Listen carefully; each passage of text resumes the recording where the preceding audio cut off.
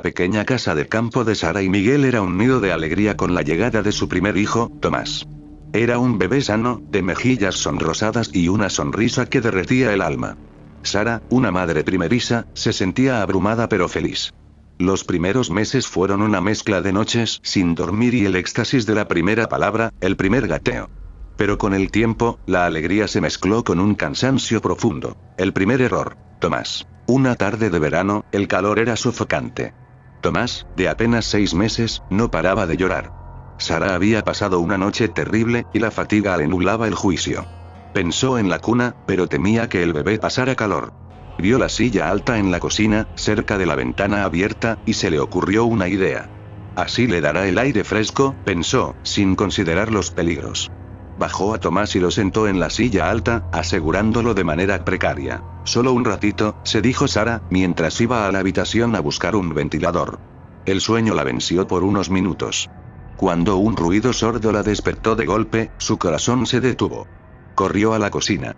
La silla alta estaba volcada, y Tomás yacía inmóvil en el suelo, su pequeña cabeza golpeada contra el azulejo. Un grito desgarrador escapó de su garganta. Lo llevaron al hospital, pero ya era tarde.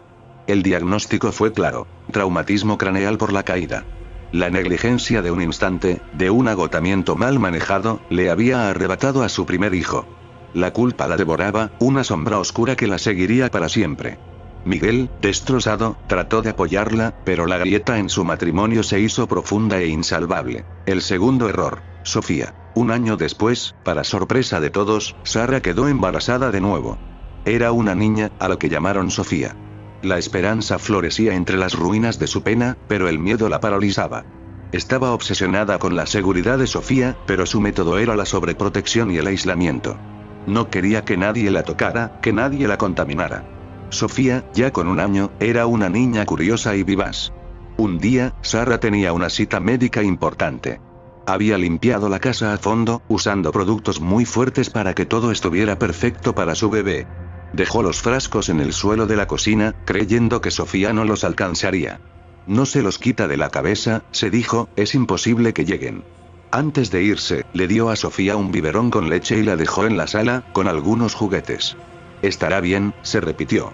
Pero Sofía, en su exploración del mundo, gateó hasta la cocina. Los colores de los frascos la atrajeron.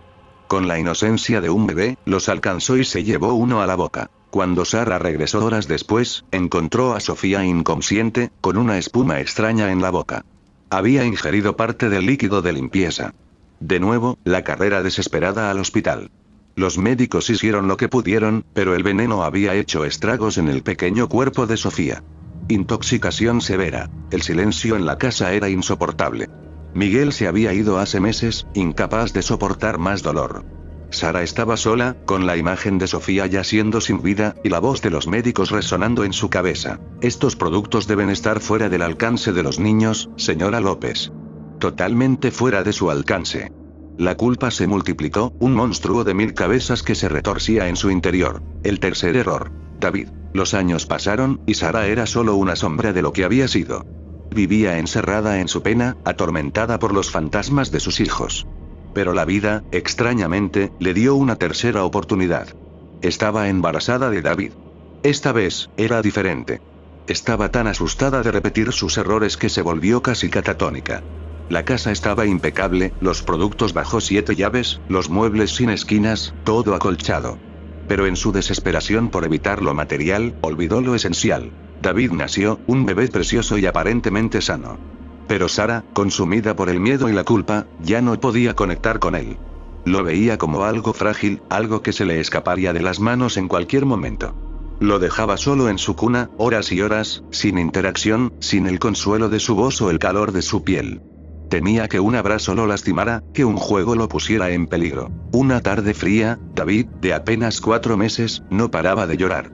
Llevaba horas. Sara lo oía desde la sala, pero no se movía. Pensaba que si lo tocaba, si lo sacaba, algo malo pasaría. «¿Está seguro ahí?», se repetía, «solo está llorando. Si lo dejo tranquilo, se calmará». Pero el llanto de David no era el llanto de un bebé molesto. Era un llanto de hambre, de frío, de la desesperación de un pequeño ser que necesitaba a su madre. Cuando el silencio se hizo profundo, un silencio demasiado largo, Sarah sintió un escalofrío que le heló la sangre. Fue a la habitación de David. El bebé estaba quieto, pálido, sus pequeñas manos apretadas.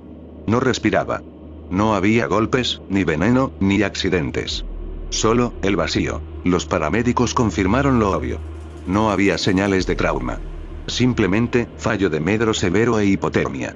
La falta de atención básica, de calor, de alimento, de contacto humano, había sido el golpe final. No hubo rastro de violencia física, solo la huella de una ausencia devastadora. Sarah no había causado una caída, no había dejado veneno, pero su negligencia emocional y de cuidado básico había sido igualmente mortal. Sarah no fue a prisión. Los peritos forenses dictaminaron que había sido una cadena de lamentables accidentes y falta de juicio, no una intención maliciosa. Pero para ella, la condena era peor que cualquier celda. Vivió el resto de sus días en un silencio autoimpuesto, la casa vacía resonando con los lamentos de sus 3 hijos perdidos. Cada noche, juraba escuchar sus pequeños llantos, el eco de su propia negligencia, una sinfonía macabra de la que nunca podría escapar.